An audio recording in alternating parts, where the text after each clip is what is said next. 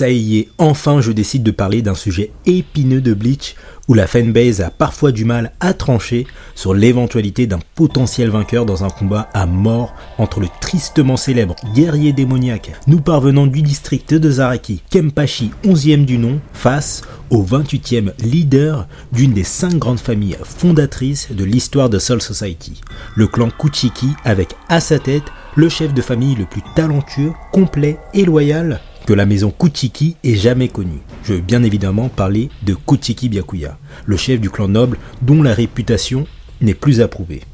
Dès le chapitre 65, soit le tome 8, l'auteur avait émincé à maintes reprises des éléments permettant de constater un semblant de rivalité entre ces deux-là.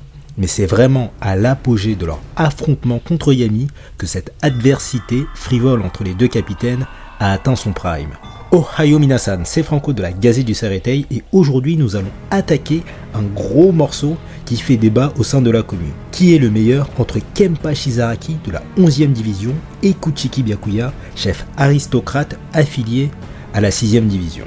Mon analyse se basera sur la fin du manga où les deux capitaines se retrouvent à l'apogée de leur puissance. Certains événements seront utilisés lors de l'introspection des deux soldats, je pense notamment à des données cruciales nous parvenant des romans Spirit of Our Review qui sont tout simplement des immanquables lorsque l'on décide de faire un travail d'analyse sur Zaraki. Mon travail comparatif se fera habituellement comme j'ai pu le faire lors de mes précédentes analyses de combats fictifs. On va comparer les données de combat des deux combattants, les faits d'armes pertinents que les deux guerriers ont réalisés dans le manga et le plus intéressant, l'aspect psychologique des deux capitaines. Dans quelles conditions l'un pourrait l'emporter sur l'autre, etc. Ce combat fictif est toujours dans la même optique que le précédent. Aucune préparation au préalable pour les deux duellistes et il ne doit en rester qu'un après le combat. 0 match nul toléré. Du coup, on va commencer sans plus tarder. N'hésite pas à me dire ton ressenti de la vidéo en commentaire, à la liker, la partager et t'abonner à la chaîne si tu souhaites me soutenir gratuitement et agrandir la famille que constitue la Gazette. Maintenant que tout est dit, c'est parti pour savoir qui est le meilleur des capitaines de Bleach entre Zaraki Kenpachi et Byakuya Kuchiki.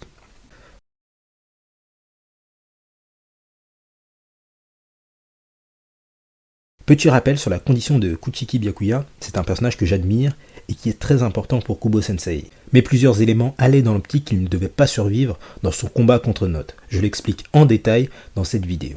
Tout ça pour vous dire que du point de vue du capitaine de la 6e, il s'agira d'énormément de spéculations sur son réel potentiel post-division 0, puisque contrairement à Zaraki ou Toshiro, on aura pu contempler réellement la valeur du combattant. Ceci étant dit, je vous souhaite un agréable visionnage. Bon, ici les amis, je ne fais pas durer le suspense. Bien que Byakuya ait des facultés prodigieuses dans ce domaine, Zaraki Kenpachi se hisse aisément dans le top 5 des personnages du verse et en l'un des potentiels offensifs les plus pétés de l'œuvre. La météorite de Grémy, faire jeu égal avec Gérard, 2 des Quincy les plus dangereux de la guerre sanglante. Et avec l'activation du Bankai, je ne vois absolument personne si ce n'est Yoa qui pourrait encaisser les assauts meurtriers de Nozarashi. Entraîné par les monstres en personne de la première génération du Gotei avec Genri Usai puis Unohana à la guerre millénaire. Zaraki dispose d'une position irrévocable d'un point de vue offensif dans toute l'histoire de Soul Society. Et la multitude d'ennemis qu'il a impitoyablement envoyés dans l'autre monde ont permis d'illustrer la puissance inquantifiable du démon de Zaraki. Le point va ici sans surprise à Zaraki. Mais attendez, vous verrez qu'à elle seule, la force physique ne fait pas un combat. Et que la position des deux combattants est plus complexe qu'il n'y paraît. Encore une fois, même si Byakuya nous a exposé à plusieurs reprises des faits intéressants sur son endurance, pratiquement chacun de ses affrontements majeurs, le type est ensanglanté, mutilé de plusieurs de ses membres, mais il ne lâche rien. Zomari, Tsukishima et même contre Note. Le type, il a tenu bon jusqu'au bout. Kuchiki n'est pas le meilleur, mais il n'est clairement pas le plus à plaindre dans le domaine défensif du Gotei. Mais je ne vous apprends rien si je vous dis qu'on surnommait Zaraki l'homme qu'on peut frapper de son sabre éternellement sans jamais pouvoir l'abattre.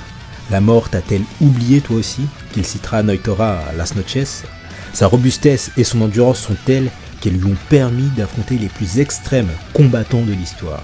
Les assauts meurtriers de Noitora, enchaîner 2 capitaines les doigts dans le nez sans même frémir, a résisté sans difficulté au direct de l'Espada Zero, considéré comme le plus puissant offensivement du corps Espadas. Et avec Grémy, l'auteur est résolu de nous montrer que peu importe les armes utilisées, flingue, magma, explosion, vide intersidéral, si tu ne fais pas preuve d'astuce, mais surtout de sang-froid, jamais tu ne pourras abattre cette bête de résistance que constitue Zaraki. Son titre de mort-vivant, il ne l'a pas volé, une appellation qui correspond à merveille à ce que peut représenter Zaraki. Et Byakuya aura beaucoup de difficultés à mettre hors d'état de nuire le démon de Zaraki, mais ce n'est pas impossible. Kuchiki revient en position de force avec cette faculté-là, que ce soit au niveau du jeu de jambes, Shunpo, la dextérité au sabre, dans le déclenchement de sort Kido ou encore au Hakuda, Byakuya est véloce dans ses moindres faits et gestes. La performance qu'il a démontrée face à Zomari, le tout en étant mutilé au niveau du bras et de la jambe. Son entraînement avec Yoruichi a porté ses fruits. Alors imaginez-vous maintenant que ce dernier s'est entraîné avec Tenjiro, le mec qui a juste outspeed la capitaine étant censée être la plus rapide du Gotei. Si Ichigo a fait l'exploit de revenir en une demi-journée du palais royal au champ de bataille, au lieu d'une semaine, mais la vitesse de Kuchiki doit elle aussi être démentielle au vu du potentiel qu'il disposait déjà avant son arrivée à la division 0. Certains pourront penser que la vitesse à elle seule n'est pas suffisante pour lutter face au monstre de Zaraki. Cela peut être vrai si tu n'as pas assez d'énergie destructrice pour neutraliser le bug. Mais avec la versatilité de Byakuya, son sang-froid et l'acquisition de techniques dévastatrices pour son opposant, le Senkai notamment qui ne laisse absolument aucune marge d'erreur à son adversaire, un seul faux pas, un seul, et Zaraki pourrait amèrement regretter un manque de réflexe de sa part. Zaraki toutefois dispose de facts intéressants en vitesse lui aussi. Il nous a fait part à de prodigieux sauts éclairs contre de nombreux adversaires, Grini, Yami, Gérard, à Speed Blitz, Yugram lors de son assaut contre Yua, pendant la première invasion Quincy. Bref, même s'il ne maîtrise pas le Shunpo, Zaraki exerce des poussées d'accélération par instinct et serait encore plus redoutable si un jour il déciderait d'y mettre du sien dans l'apprentissage du Shunpo. Bon, ici cela serait inutile de comparer les deux duellistes dans cette caractéristique étant donné la non-maîtrise mais surtout la répugnance de ce style martial par Zaraki. Toutefois, je me dois de clarifier certaines choses. À moult reprises, j'ai pu entendre que le Kido est inutile, sert d'artifice pour dynamiser un combat, est obsolète contre Zaraki, et une valeur sous-cotée de l'œuvre n'étant là que pour faire joli. Alors, one-shot un capitaine, contrer la Respira, pouvoir de Baragan, considéré comme étant l'un des plus dangereux de toute la saga, bloquer des explosions ou des incantations ou tout simplement sceller l'un des antagonistes les plus dangereux de la saga, voilà à quoi sert le Kido. Dans Spirit of Power Review, Zaraki lui-même rétorquera avoir sous-estimé la puissance d'un Kido et que si mal préparé, cela peut être fatal. Je sais que Byakuya n'a pas le niveau d'un Aizen dans cette caractéristique, mais entendez bien que si, avec des Kido mineurs ou intermédiaires, il a pu entraver le fonctionnement d'un Bankai, a mis à l'amende Ichigo Bankai avec un Kido 4, mais imaginez-vous un peu ce que peut désormais réaliser le capitaine après son passage chez la division 0. Kido défensif, offensif, double aria ultérieur et j'en passe. S'il existe 4 arts fondamentaux dans le code militaire du Shinigami, c'est que les 4 peuvent changer l'issue d'un combat et que même si le Zanjutsu prédomine à l'écran comparé aux 3 autres, un Kido bien placé ou une technique Hakuda déployée sur un angle mort de l'adversaire peut s'avérer dévastateur même pour un Kenpachi Zaraki. Enfin, si Aizen a jugé utile d'employer un Kido 99 contre Yua, c'est tout bonnement impossible qu'un Byakuya post-division 0 ne songe pas à son tour d'employer des Kido 90 contre Zaraki. Je réserve la notion d'intelligence et d'aspect psychologique pour la fin de vidéo, histoire de faire une conclusion en parallèle des idées reçues sur les deux capitaines. Pour le Hakuda, sans grande surprise, Byakuya surclasse Kenpachi dans ce domaine. Même si on a pu avoir la chance de voir des notions de close combat du capitaine, si entraînement avec Yoruichi il y a eu pour le Shunpo, j'aime à penser que la déesse a la rapidité divine et a appris quelques tricks bien utiles à Kuchiki pour lui tirer de mauvaises passes. Zaraki utilise du Hakuda dans ses combats également, mais comme pour le Shunpo, la discipline n'est pas maîtrisée. Si on peut constater que ses assauts au corps à corps peuvent s'avérer très dangereux, mortels pour ses opposants, Kenny gagnerait encore plus dans un affrontement à perfectionner cette discipline qui possède ses avantages dans un combat. Alors, on a d'un côté un capitaine ultra polyvalent, excellent dans tous les domaines, disposant d'une maîtrise parfaite de son Bankai et encore plus versatile, technique et déterminé depuis son passage au sein de la division 0. qui est, je le rappelle, le plus haut prestige pour un soldat dans toute carrière militaire de Soul Society.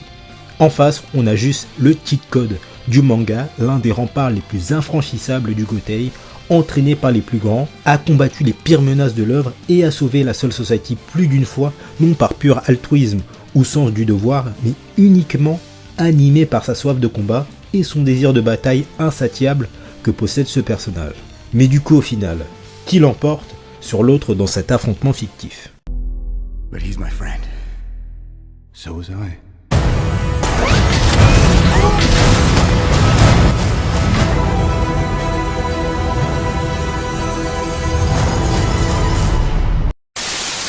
Pour moi honnêtement, les deux personnages ont leur chance de remporter sur l'autre dans un duel à mort. On va commencer avec Byakuya. Pour que ce dernier l'emporte, il devra faire preuve d'une intention de tous les instants, mais surtout ne pas sous-estimer son adversaire comme il a déjà pu le faire auparavant.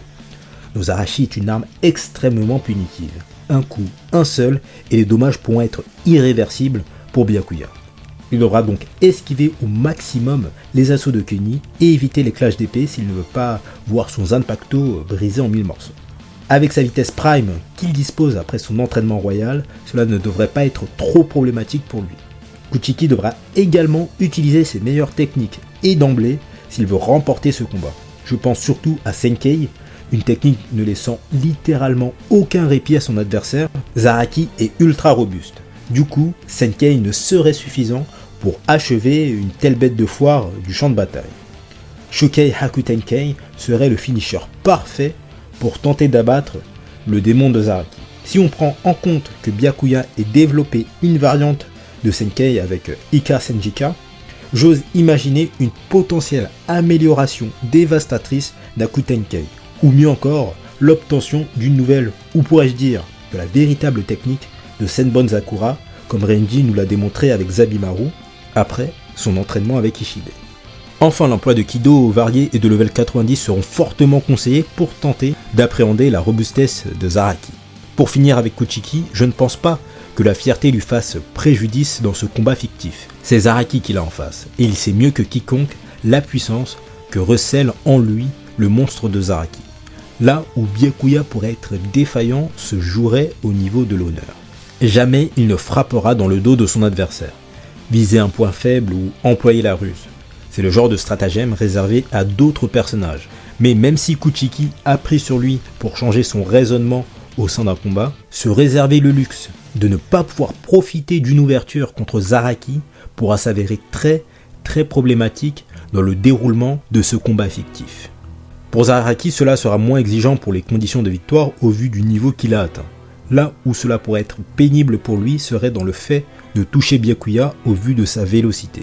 Faire attention à ne pas sous-estimer le kido de son adversaire et user d'ingéniosité pour attraper et punir le capitaine de la 6ème, comme il a déjà pu nous montrer avec d'autres personnages auparavant. Sa résistance naturelle permettront d'encaisser les multiples tentatives de Byakuya pendant le combat, et un coup, un seul avec Nozarashi peut déterminer l'issue de ce duel.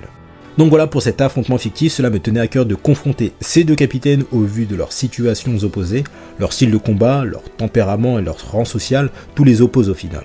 J'aimerais juste en vitesse balayer quelques idées reçues sur ces personnages qui peuvent encore altérer le jugement de certains.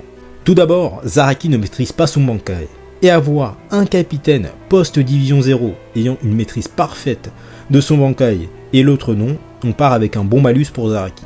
Les images et les facts où il tranche Gérard en deux sont impressionnants, en effet. Mais Gérard allait dans le sens de King, du fait qu'il privilégiait uniquement le combat de mêlée, là où Kuchiki pourrait adapter son style martial en fonction de la situation. Nozarashi consomme à chaque coup de l'énergie à son utilisateur et inflige des répercussions à son manieur.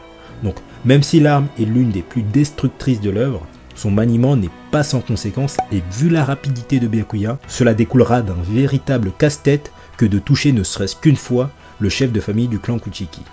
Enfin, comme l'ont expérimenté Rukia, Ichigo et Renji, Byakuya s'est vu offrir le privilège d'assister à l'entraînement des 5 palais des capitaines de la division 0.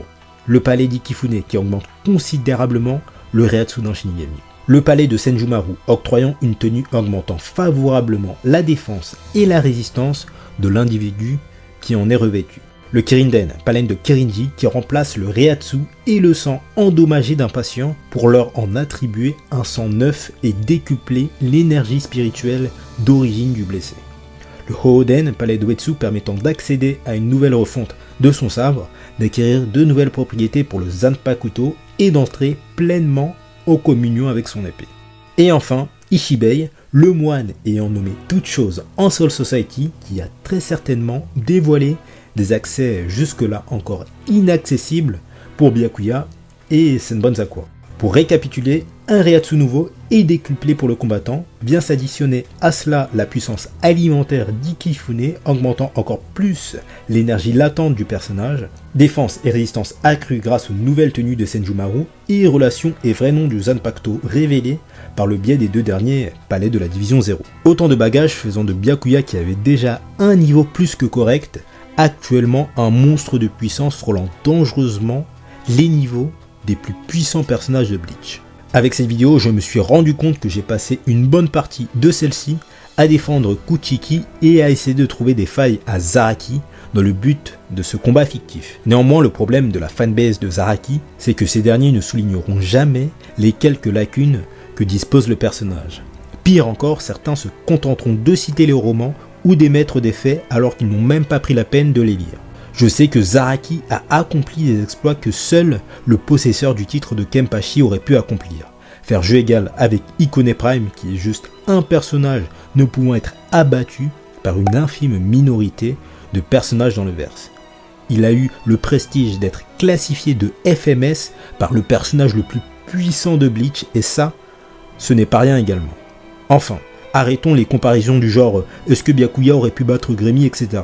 Mayuri a réussi là où Zaraki a échoué.